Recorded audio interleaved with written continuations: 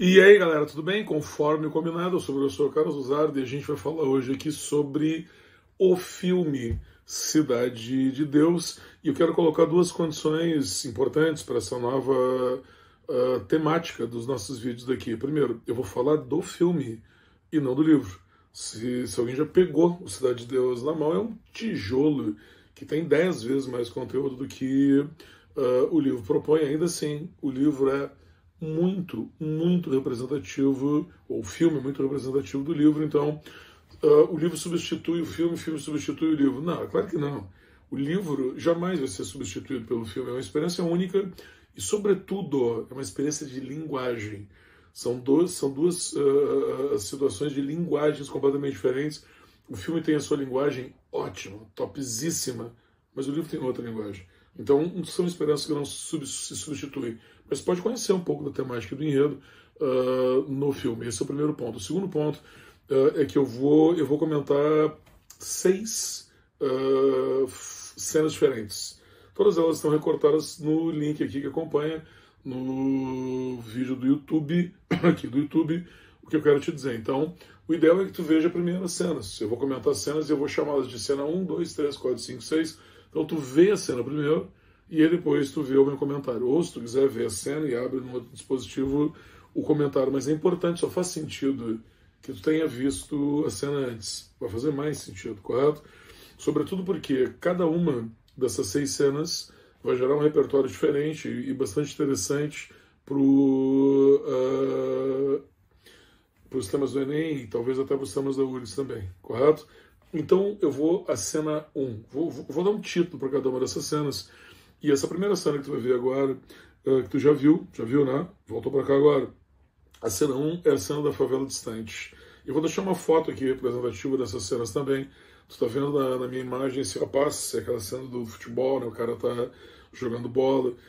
E tu vê, eu vou olhar aqui também para poder descrevê-la melhor, tu vê essa série de casas, tu vê que o aspecto moral, assim, a integridade, a dignidade é um pouco melhor do que tu vai ver a favela depois, com casebres despedaçados, caindo aos pedaços e tal. Aqui tu tem casas de material, com uma certa organização, limpeza, tem chão batido e tal, mas ainda é uma favela e que tu tá vendo a cidade lá no fundo. Na cena inicial, outra cena que eu não selecionei, que quando os primeiros habitantes estão chegando, o Fernando ele calculou isso aí muito bem, tu vê a cidade do Rio muito distante. Então a favela, ela é como nunca periferia, correto? É uma realidade que talvez a gente nunca tivesse conhecido se ela não se aproximasse, se a violência ou se a pobreza não aumentasse. Então a vila, como nós dizemos, agradecer a vila, a favela, né? Ela não era uma coisa do cotidiano. Ela não estava presente no nosso cotidiano, nem no Rio de Janeiro desse período aí, como acontece hoje, né? Que tu está na praia de Vira, a favela está ali. Ela era um quadro bastante afastado. Nessa situação, tu vê uma peculiaridade incrível desse período aí, que é o crime, porque a primeira cena já começa com essa situação do crime, do assalto, assalto a um caminhão de gás, e o crime é feito por pessoas da família daquelas crianças que estão jogando futebol ali. O crime tem até um aspecto meio familiar, em que um irmão vai acabar seguindo outro irmão no crime também. O crime tem, vou fazer uma metáfora aqui, uma configuração autônoma. O cara assalta se ele quiser vai lá e assalta. Ele não é ainda o crime organizado, ok? E uma situação interessante que tu está vendo nesses momentos iniciais aí do filme, não tem a droga. É o morro ainda e a favela, a vila, a periferia, sem o controle da droga. O cara ele rouba dinheiro, lembra bem da cena, ele para o caminhão de gás, ele distribui gás para as pessoas. Você está vendo quase um Robin Hood assim da vida, porque aquele cara mora ali, a família dele está ali, ele quer ajudar as pessoas que estão ali, mas não tem nada a ver com a droga e também não tem uma violência contrária às pessoas que estão ali, como vai ter depois, quando o crime for mais crime, mais organizado.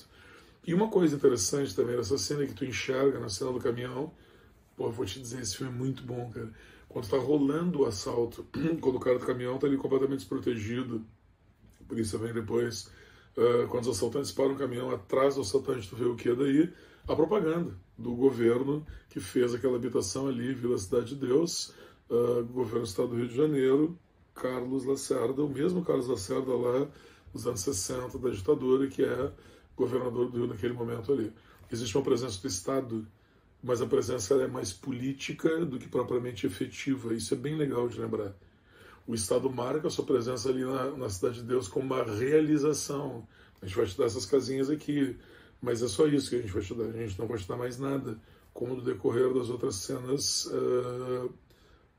isso vai acontecer. Vou voltar ainda um aspecto, a questão do caminhão, que é um insight legal para a redação. Eles roubam um caminhão, eles dão gás para a comunidade, eles fazem brincadeiras, é um crime com humor até, entendeu? Eles distribuem dinheiro no final, e já é uma associação, mais uma associação interessante entre o crime e a comunidade. Tipo, o bandido ele está inserido na comunidade e ajuda, talvez mais, como nós vamos ver depois, do que o próprio governo, beleza? Então vai na cena 2. A cena 2 são alternativas, correto? Voltou? Então olha só. As alternativas que a gente tem ali, elas são, tu vê Cidade de Deus, já tem, o filme tem 20 anos, mas as discussões elas permanecem iguais. Tem um momento que uns bandidos resolvem abandonar totalmente a criminalidade, e tu vê esse cara, o cara que vem na cena caminhando reto de uma forma estranha, desajeitada, como se ele tivesse possuído, tu entendeu? Quando dois policiais passam por ele e atingem um quarto indivíduo que está ali, que é um bandido que acaba sendo morto brutalmente. Mas o cara que é crente, ele é respeitado. Uma das alternativas, então, para a fuga do crime, como vocês sabem, vai ser a igreja.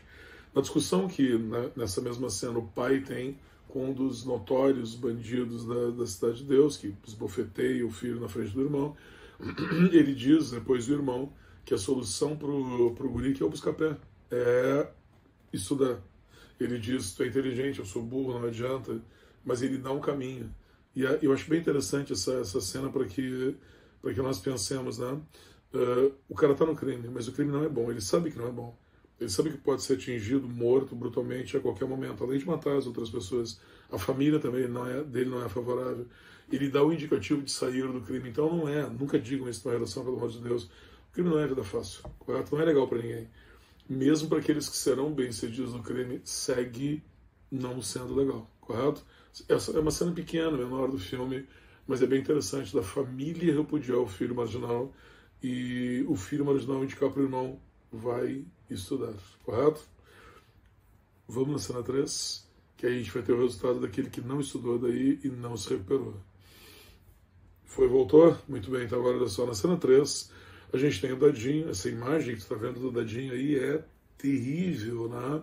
E a criança já num nível de psicopatia total, assassinato brutal, maldade e tal. E o Dadinho, diferentemente do Bené, do próprio Buscapé, como eles mesmos dizem entre si, os bandidos, ele é um bicho solto. Você deve lembrar que ele tem uma referência do irmão, o irmão desaparece, ele não tem família, ele se cria na favela e com o crime, se cria para o crime, correto?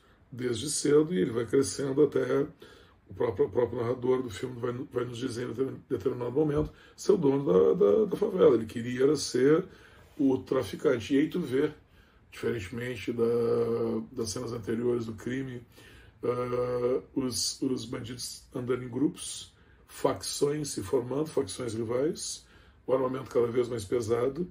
E tu notou essa situação, tu está vendo o espaço da infância para a juventude do Dadinho, depois é pequeno e por diante, em que a favela começa a crescer. Tu notou isso? Além de crescer nessas cenas, ela também se depaupera, ela vai ficando pobre, miserável, e há muitas cenas em que tu começa a ver já os espigões, os grandes prédios da cidade do Rio de Janeiro, se aproximando cada vez mais. A favela e a cidade, o centro da cidade, crescem para se encontrar, que é o que nós temos hoje no Rio de Janeiro, em várias outras cidades brasileiras, São Paulo, Porto Alegre mais ou menos. Porto Alegre acho que é a capital brasileira da gentrificação.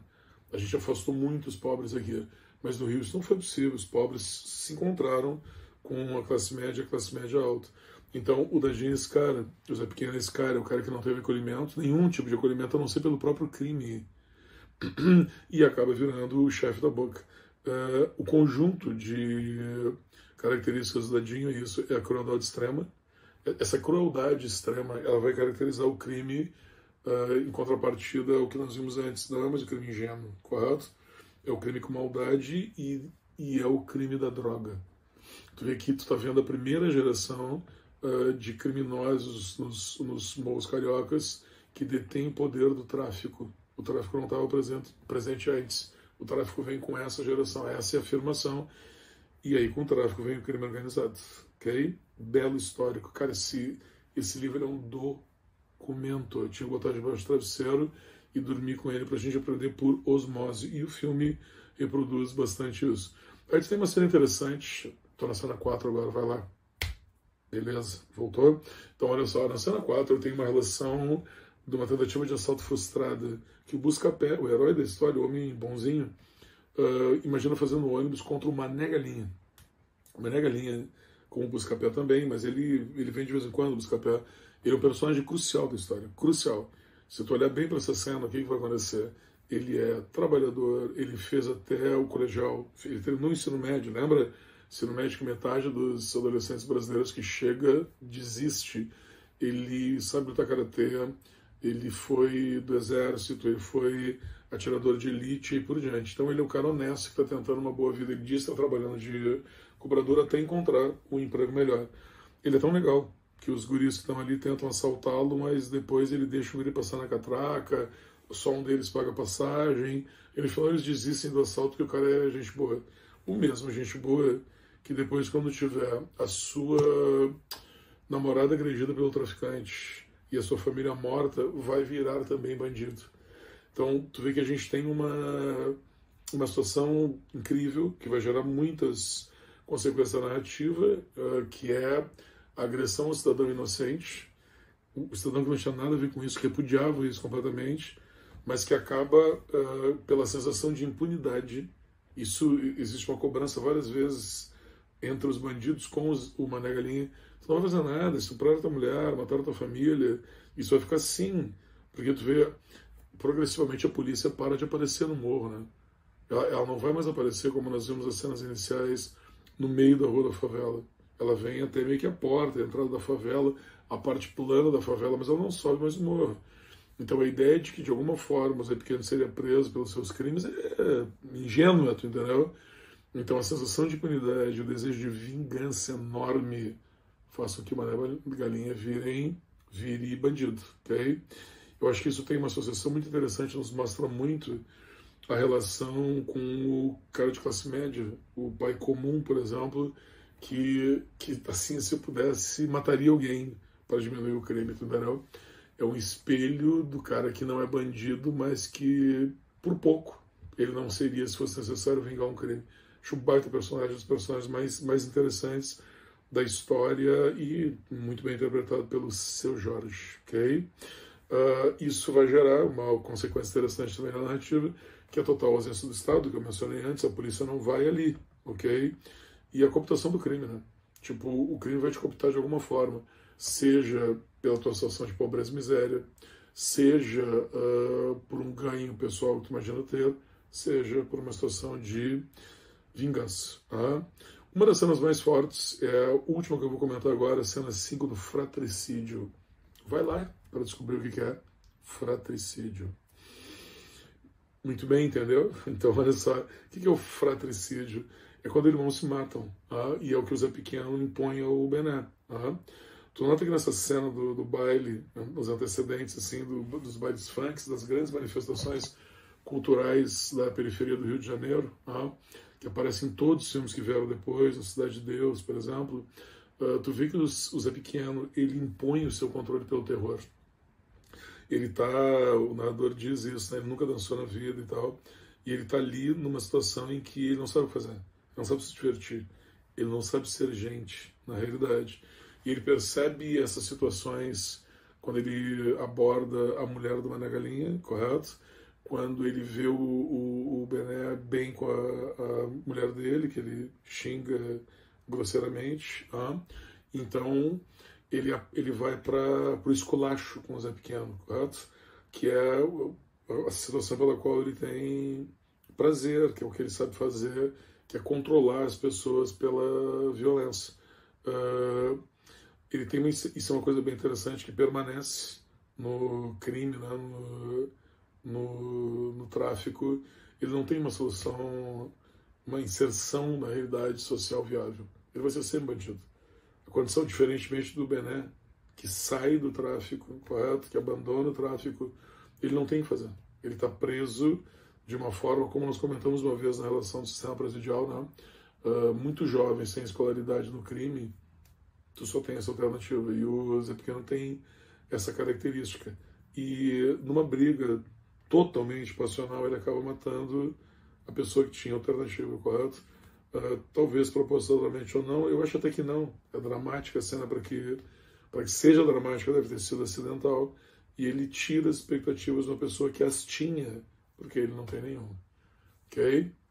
Quando eu planejei esse vídeo, eu planejei 5 cenas, mas tem uma que não dá para não ver. Que é uma cena que foi imitada por vários filmes depois. Muitos filmes globais fizeram uma referência a ela, que é a cena da galinha. Vai lá ver a cena da galinha que eu te espero aqui. E aí, curtiu? Tu já conhecia a cena da galinha, né? Mas eu vejo uma situação, assim, 3 situações, na realidade, interessantes para falar da galinha. Primeiro, a qualidade do roteiro e da edição de imagens desse filme infelizmente não ganhou um Oscar, mas super merecia. Né? Tem que estar no top 10 um dos melhores filmes brasileiros frouxos. Né? E a cena, o que combina nessa cena, super bem feita, a ideia da cena é ótima, que é os caras correndo atrás da galinha, os marginais buscando uma galinha, e o buscapé, o fotógrafo, que é o alter ego do autor. Tinha esquecido de dizer isso, né? No livro ele é escritor e que ele passa a ser fotógrafo. Super interessante a ideia. Sendo aliciado para pegar a galinha com a polícia chegando por trás dele. Então ele fica num fogo cruzado entre os bandidos e a polícia. Ele é a galinha, na realidade. Vocês entendem? A galinha frágil, o animal que vai ser devorado, morto por um ou por outro lado, representa perfeitamente a ideia do cidadão, seja o cidadão que habita ali a favela, e muitas vezes o cidadão que está ali de passagem, o cidadão que está em outra condição, mas que tem contato com a violência do tráfico e da polícia, ele é a galinha que vai ser abatida facilmente, o animal frágil, em que ambos os lados, polícia e tráfico, poderiam fazer o que quisessem. Eu acho que é uma das cenas mais marcantes, talvez, do cinema brasileiro de todos os tempos, embora nesse filme haja muitas cenas assim. Eu espero que tu tenha aproveitado bastante. Tá? Nesse filme é difícil tu dar situações que sejam similares. Talvez a Cidade de Deus seja similar, mas forte na questão da miséria no Brasil como Cidade de Deus. Esse é um filme único, correto? Não perde a chance de aproveitar, não perde a chance de usar na redação, porque ele ainda é atualíssimo. Obrigado por assistir. Aí, valeu. Um abraço.